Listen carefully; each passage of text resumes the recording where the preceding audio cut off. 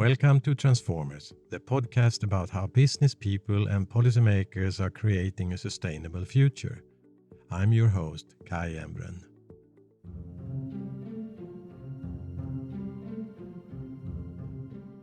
My guest today is Christina Lampe-Önnerud, also known as the Queen of Batteries. She is known for her pioneering work in developing lithium-ion batteries for portable electronics, electrical vehicles, and utilities. As an entrepreneur, she founded and served as the CEO and international chairman for Boston Power, an innovative battery company that produced batteries to the consumer electronics, transportation, and other end markets. Under her stewardship, Boston Power went from a startup to a global organization backed by more than $400 million in investment in technology centers in Beijing and Boston. She is currently the CEO of Cadenza Innovation, a startup she founded in 2012 to bring safe, high energy density and low-cost batteries to the EV grid storage and industrial markets.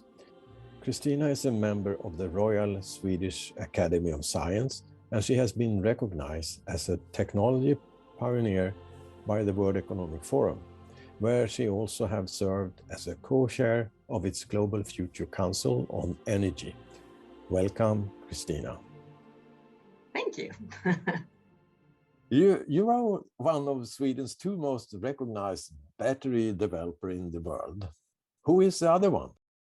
I think you might be thinking of Peter. Peter Carlson, who came from Tesla, is now the CEO of Northvolt. Do you know each other? We do. In fact, we have even been on panels together, even here. So I live now outside New York, in New York City for the Swedish American Business Foundation that has a very fun program here in New York. Let us go into your background. Why did you position yourself as a battery developer? How did it start? So I've always been very curious, Kai, about how things work. And at the same time, I've always been very interested in being part of solutions. I come from a wonderful country of Sweden. I've had the privilege of also living now in the States. I've been to some of the greatest schools in both countries, and I feel just extremely lucky. And with that, I've always felt an obligation, maybe a calling, to pursue what is good and that can do well. So making money in opportunities that can put the world forward, that can help generations to come, and yet take the catalyst that is right now in us with this energy transition, this huge problem of climate change, huge geopolitical problems, where innovators need to come together, and it has to be based on technology, a ton of passion, and the energy of wanting to collaborate. And I think that recipe has never been more important than what we see today, what's happening in the world. I have heard something about that you start as a battery developer in your garage home. Is that true? I think all entrepreneurs start in their homes. Most of my stuff also starts at the kitchen table, where you kind of start with Excel spreadsheets and business plans and ideas and drawings and papers all over. But since I'm in the hardcore sciences, it's good to have a garage where you can put things together and tinker with them and see, oh, look at that. That could actually work. Yeah. Well, but what was the driver from the beginning? So I saw a lot of opportunities. I had the privilege of being part of the cellular revolution. So when we went from regular telephones to cell phones, and data became something you could carry in your pocket, not something you had to have a chair and a desk for. I was very young, but also got invited because it was a young industry and very few were interested at the time, and I was one of the few. My heritage from my family, my father was quite involved in high power transmission and high voltage. Of course, I couldn't do what my dad did, so I had to do something a little different. But I carry on the torch for international opportunities, big intractable problems, and science, mathematics, chemistry, physics, engineering, and then got quite inspired to basically make it work. So a little bit why is also you have to get engaged and you have to care a little bit about policy. You have to care a lot about commercial markets and that handshake between private and public.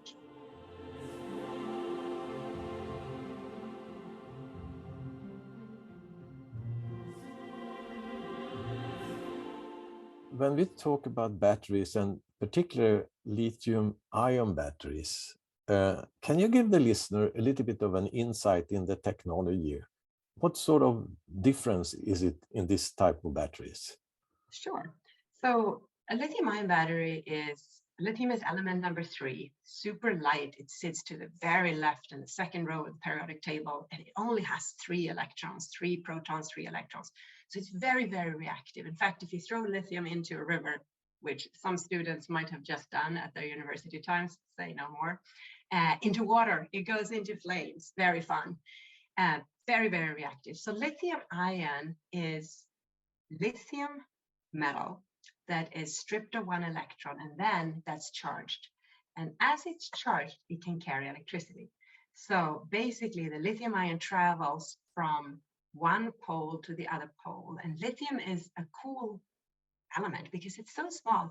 It can go into the cathode materials. That's called intercalation. So it can sit in a metal oxide host or any type of host. And then when it's done with its work, it walks back and sits ready to be used again. So that is basically a battery chemistry 101. So you have a charge carrier, a plus that goes this way, and then the electron goes the other way, and that drives current. Has it been any problem in the development of the technology under the years? Oh, yes, absolutely. Because it's so reactive, you have to be very careful on how you balance it. So the anode balance versus the cathode, what types of electrolytes you put into this. So it's both for safety and performance, and then ultimately also cost. So yeah, there have been a lot of amazing progress and some pretty bad lessons learned for the whole industry. One of which has been, if you take the whole paradigm of cell phones. So a cell phone used to be much, much bigger.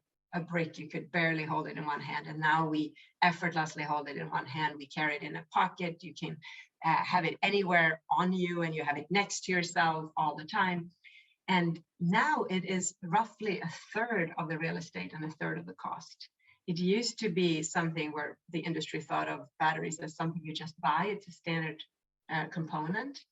And as we go into electric cars and grid energy storage and these huge systems, everything is actually built around the battery. And the industry is right now grappling with the issue of you can't really use the same technology that you have in cell phones. It has to be modified when you go to larger scale. It has to be modified predominantly because of safety. So the industry may try to push things, but the general public doesn't really like that you have explosions in urban areas or explosions in expensive capital. So you want to be very careful. So you can either build around it or you can put it into the design. So there's a ton of innovation going on right now. As we would say, we have probably as an industry conquered small portable electronics. And we have a really good idea what EVs look like, and there is continuous improvements going, and we will make them denser and safer as an industry, and the cost will come down. And the challenge at the same time is, of course, with grid storage, where you have electricity highways coming through, and there are multiple solutions depending a little bit where you are on Earth. You founded and served as a CEO of Boston Power in 2004, and you were working there until 2012. It was a new lithium-ion startup in the US, and you raised more than $400 million. Yeah. What was the challenge to set it up and to drive this work? So that was pretty early in the Western approach of lithium-ion battery technologies in general. There was an interest, and especially from the idea that we could put data in our pockets. That was really the drive. So the way of communications, of data storage, of collaboration, early days, even the idea that you could pool data into accessible data pools and make decisions on society level as well as personal levels. And that was very interesting. And the drive then came from, okay, we got to make them smaller. We got to make them more reliable, more dependable. And with Boston Power, we launched a new type of cell that were able to solve for the problems of the transatlantic flights and laptops initially. And it seems like my theme is always with the grassroots, it could not explode. So we had a very safe system that also had longer runtime and landed, and I'm very grateful for the collaborations that we established with HP, with the Lenovo and ASUS Tech.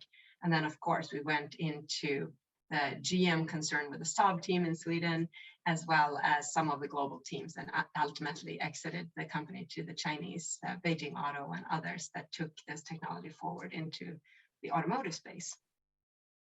But this was not enough for you, because in 2012 you founded the Cadenza Innovation. Yes. And what was the reason for this step? So, as is common when you exit a privately held company, Boston Power, you want to basically help stabilize customers, staff, investors.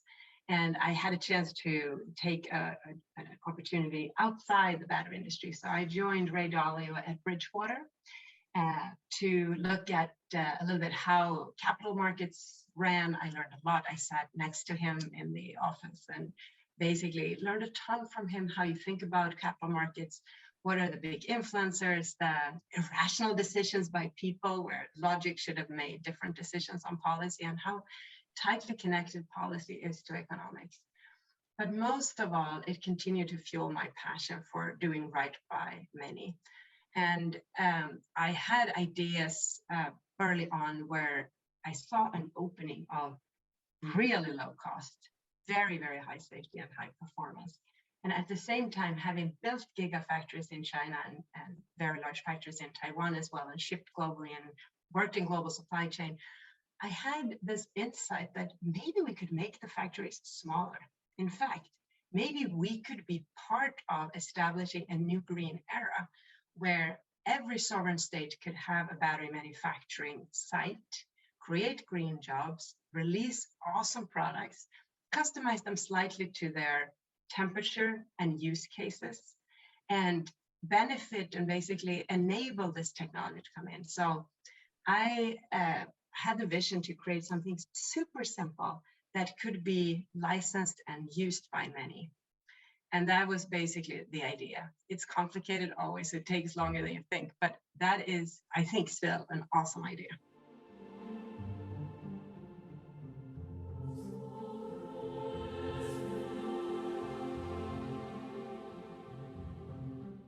Can you give some example on where in the market you will see your product? We are just exiting the product development phase. So what we have done is a pretty ruggedized cost down of how to manufacture this technology. We have a small line operating in China. We are now looking to bring manufacturing to the United States. We have actually two different product lines, one that is really focused on grid energy storage and the opportunities associated with the electricity highway, and one that is more focused on commercial and industrial applications. So everything from small motive applications to large complex systems that really on a smaller scale integrate renewables. We have, I think, an opportunity in spite of COVID and in spite of geopolitical tensions. The problem has not gone away. And climate change is still the biggest threat to us, but it's also our biggest opportunity. Why? Because we typically pay for electricity. We like products that solve problems, and resilience is a big deal. And because this technology that we have now brought forward with Cadenza Innovation enables lower operating costs and the capital acquisition is so low, we think this could be a really cool solution for some time to come. Where do you have the manufacturing unit for your products? So right now we're manufacturing in the US at a small manufacturing line and in China. And we're right now scaling and looking to how to basically make this widely available. And there are multiple countries actually that are quite interested at this point. So I'll come back to you when I have more precision on that. Oh, question. I see. Well, and how many people are in the company today? So we have roughly 25 people inside the company, but we have over 200 people engaged in different partnerships. So because it was so disruptive, Kai, to come in with lower cost and leading performance indicators and safety as a non-event, when you have failure, it never explodes, it will not go into fires, which is unheard of in this industry. We had a different business model from the start. We took many of our partners into the ecosystem, and we have established through that global supply chain manufacturing partnerships, as well as offtake. So examples that are in the public domain include Alcoa, who came to us very, very early, and we looked at their basic cans, soda cans, and looked at some of their inventions and said, wow, you know a lot about aluminum. And for part of our existence and our journey, Alcoa donated a big team to us. We co-developed a number of components that go into this very safe way of thinking of these. That's just an example. We have recently made a very, very nice partnership with Rockwell Automation, where we're working on everything from cloud solutions, where they have a lot of insight and knowledge in backbone high security IT. And Cadenza brings really cutting edge insight into how to simplify but govern batteries correctly, and to make that hook very, very easy to deploy, like the Lego blocks of energy, also Lego blocks of software that basically talk to these batteries. So you can have data centralized in the United States or in Europe, and you can deploy batteries all over. So that's a new model. And I think there's a lot of thinking around cloud and hardware. We have tried to put that together in one company. And we do it not because we think we know everything, but we attract a lot of partners who know way more than we do. And we really understand the battery side.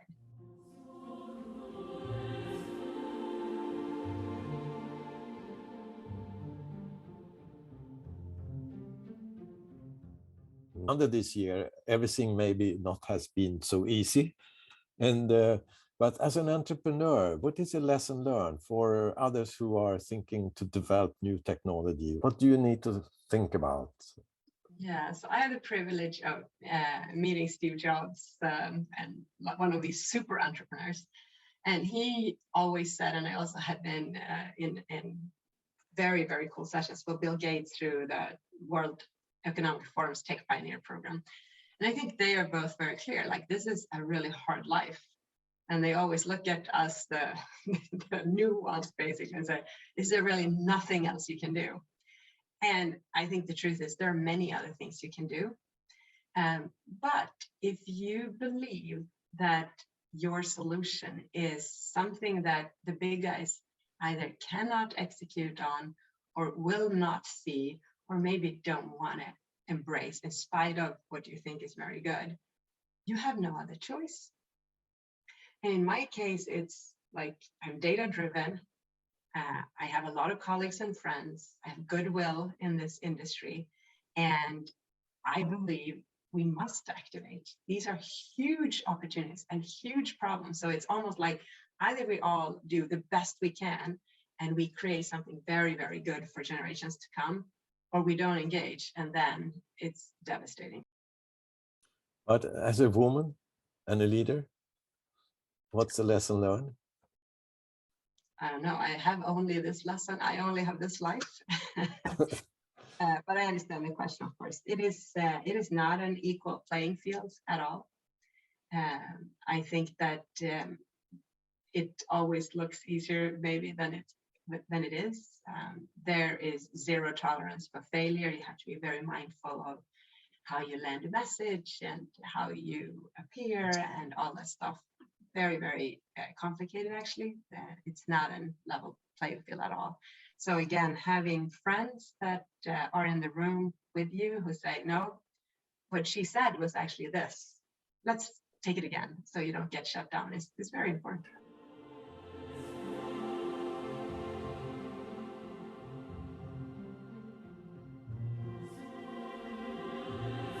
How do you see your role to be a good transformer to meet the climate change targets?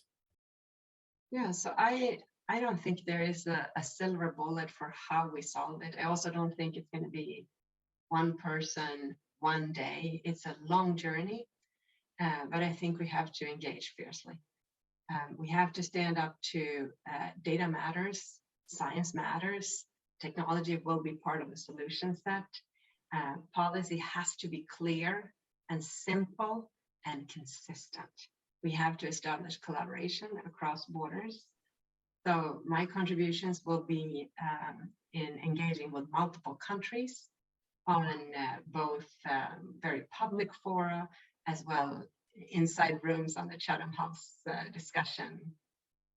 Kind of a little bit of heat going on what is right and what is not right, and does that work, and can we calculate this to be true or not?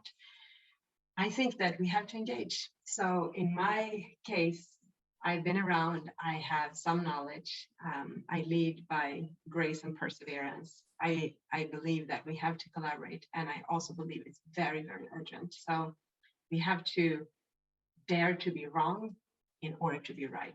We have to be aggressive on targets, and we have to be kind in collaboration. But where do you think the biggest challenges are? I think it is in the collaboration. I think the geopolitical temperature is extraordinarily dangerous. I think that we had a chance to learn from the recent pandemic situation where we actually fostered some level of sharing data and sharing best practices. But I don't think we have decided that there is a way for us to work together. In fact, I see many countries now either asserting aggression or trying to respond to such asserted aggression. And at the same time, we see many nations say, okay, fine, I'm on my own. We will never be as powerful when we're on our own as when we collaborate.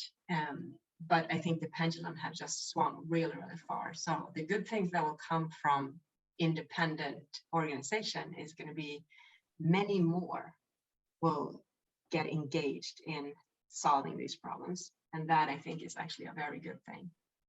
But you also said that it's important also to see the local market and the opportunity to create jobs. How do your business fit into that model? Yeah, so we have an expert team, if you wish. We have run Six Sigma manufacturing, 5S principles, gigafactories for many years. We understand the atoms, the science, the way you put together and design a battery. We understand design of modules, packs. We are very familiar with electronics. We can do coding, and we have deployed many, many different types of battery solutions. Our strength is really in collaboration. We've shaped some of these markets. So my vision is that there are a few teams like this that are willing to work with multiple teams. And I think that's critical. Simplify the technology, make it easy to implement, and then deploy. So you actually have local manufacturing, local anchoring, and global capital and global experts sitting behind it.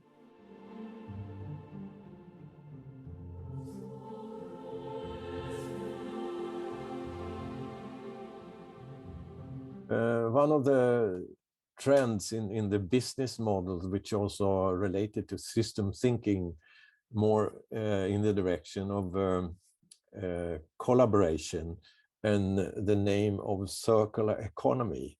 How had that influenced your thinking when you developed your business? Yeah, so I have been active in World Economic Forum for over 10 years. I'm a two-time tech pioneer with them and have also led some of their councils, particularly in energy, as we have debated this. And the circular economy was adopted as a framework very early on, as you know, from the World Economic Forum. And they have really been very successful in driving this out into a vernacular that can be discussed. So I tried to design for recyclability, repurposing in projects that I touch very, very directly. I tried to engage with great journalists and media when there is a kind of an attempt to understand like what is recyclable, what is repurposable, and how do you design for manufacturing at the same time. In fact, I am stepping up my engagement in a few countries and also trying to be part of some of the boards of companies that are already engaged in this ecosystem to help foster a faster path to market. In my mind, it is the cheapest way to do this is to design for longevity. The poison in some of our economies is this idea that we need to buy new things all the time and we have to consume and consume and consume. You can have a different business model with very nice economics by making all the things we make last a little longer. It's a slightly different mindset, but it's possible. And again, my very pragmatic way of trying to help these discussions is stay within the economic framework. Don't revolutionize on multiple parts, but make a tweak inside this economic framework. And the impact on resource, on climate, and on emissions, on use of raw materials, and basically leveraging resources is very large. So this is where low-hanging fruit happens. Identify and then take action. When we talk about the lithium-ion battery and raw material, what is the challenges there? So it's always a challenge when you have an industry that goes through double-digit growth. And lithium-ion was, of course, invented in the 70s, and it took almost 30 years until it was fully deployed in portable electronics. And over the next 30 years, we will see an adoption rate that we have never seen before. So that is the biggest challenge. So it's all components. We already see we're going into an electronics era that we also have never seen before. And almost every one of those needs battery technology.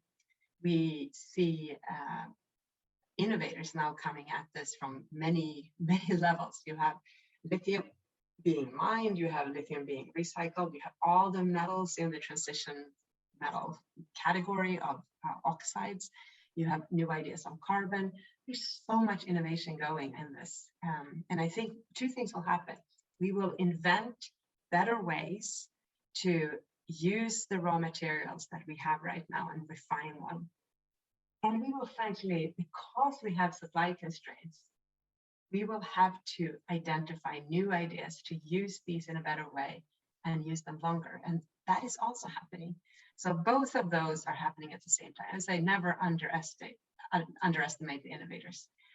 If the problem is clear enough, the human race is so clever. We're so curious. We're so interested in finding solutions. And there's so many technical people who are paired up with big economic theme thinkers who care about policy. There are hubs bubbling of innovators in almost every corner of the world. It's a cool place. You think you're going to close the loop for your... So. I think so. I think that we could have done this. As you know, I served on the COP15 summit as appointed by United Nations, then Club de Madrid, and it was a huge disappointment. We already knew then ideas and pathways how to close the loop. I think the silent success of the recent COP meeting is not a single company today can avoid talking about their energy future for 2040, 2050. I believe we will pull it in. I believe we will make it much easier. And as in fact, I'm involved in a very public demonstration here in New York State, which is tied to New York City and the New York Power Authority, who pulls hydropower from Niagara Falls, where they are putting our batteries at a demonstration next to a public bus stop to show the general public, this is how it works. This is how we do peak shaving. Here's how we think about this. The waterfalls run all the time. Now we're not wasting the energy, and you can use this clean energy at night when you run your dishwasher or whatever. Very, very interesting.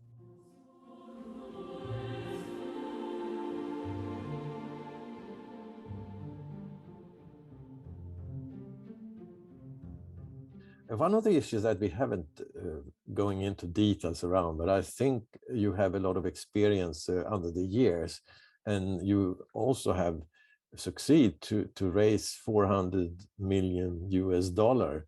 And because of sustainability is also about finance, you need to have enough money to grow. Yeah. Has that been a problem for you? What's your experience in connection to investors and the capital market? Yeah, so it is always a challenge, right? So the biggest lesson I got from Bridgewater and Ray Dalio is economic frameworks. How do you frame up the issue? How do you think about the problem? What matters and what doesn't matter? And unfortunately, the way capital markets evaluate the current paradigm is not a 10-year horizon, maybe not even a 5-year horizon. So capital markets are notoriously impatient. You need to have a return very quickly.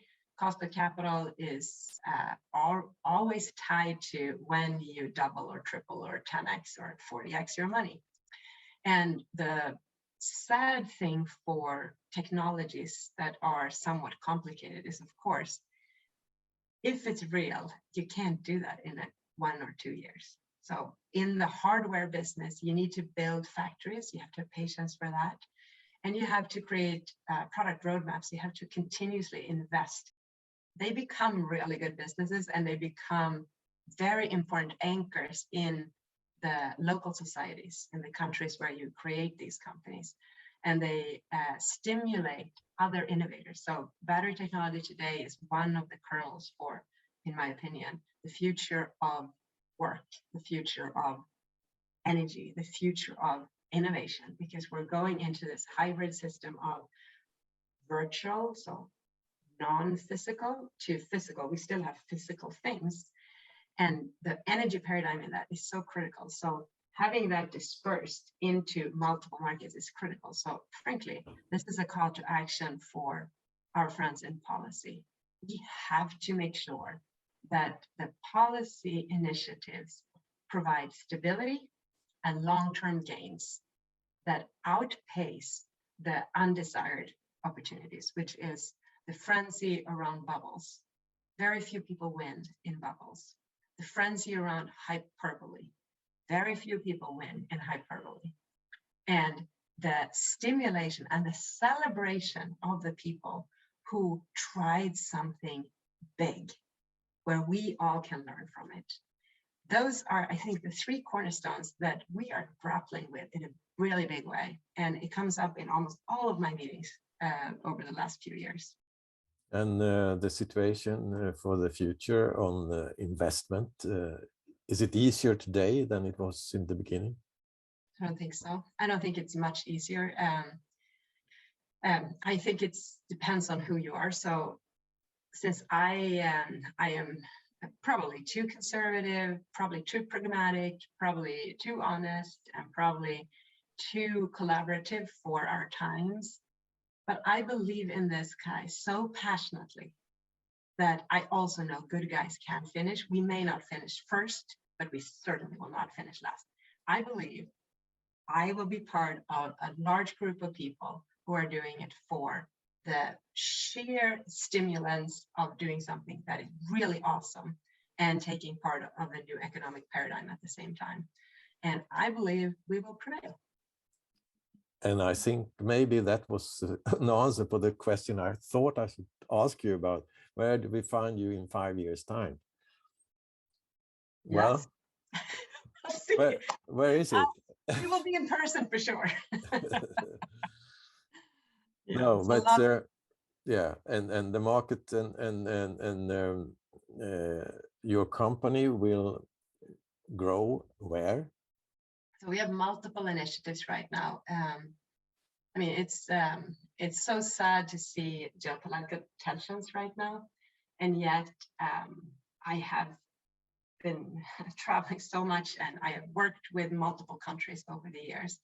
So I continue to believe that the solutions is outreach, collaboration, great technology that actually works, great policy that actually stimulates growth.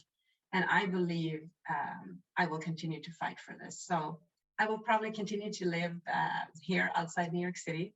I will continue to have one foot in Sweden, and I'm coming to Sweden in April, so that's going to be very fun.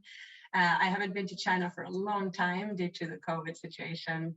I still serve as an advisor to the Australian government. I have ongoing discussions with many member nations in Africa, and I believe, and also South America, sorry. And I believe this will continue. It will always need one fearless leader and a team surrounding that fearless leader. And we will take turns to be the leaders at times. Thank you very much, Christina. I'm pleased to have your voice in the Transformers podcast. Thank you very much. Thank you so much.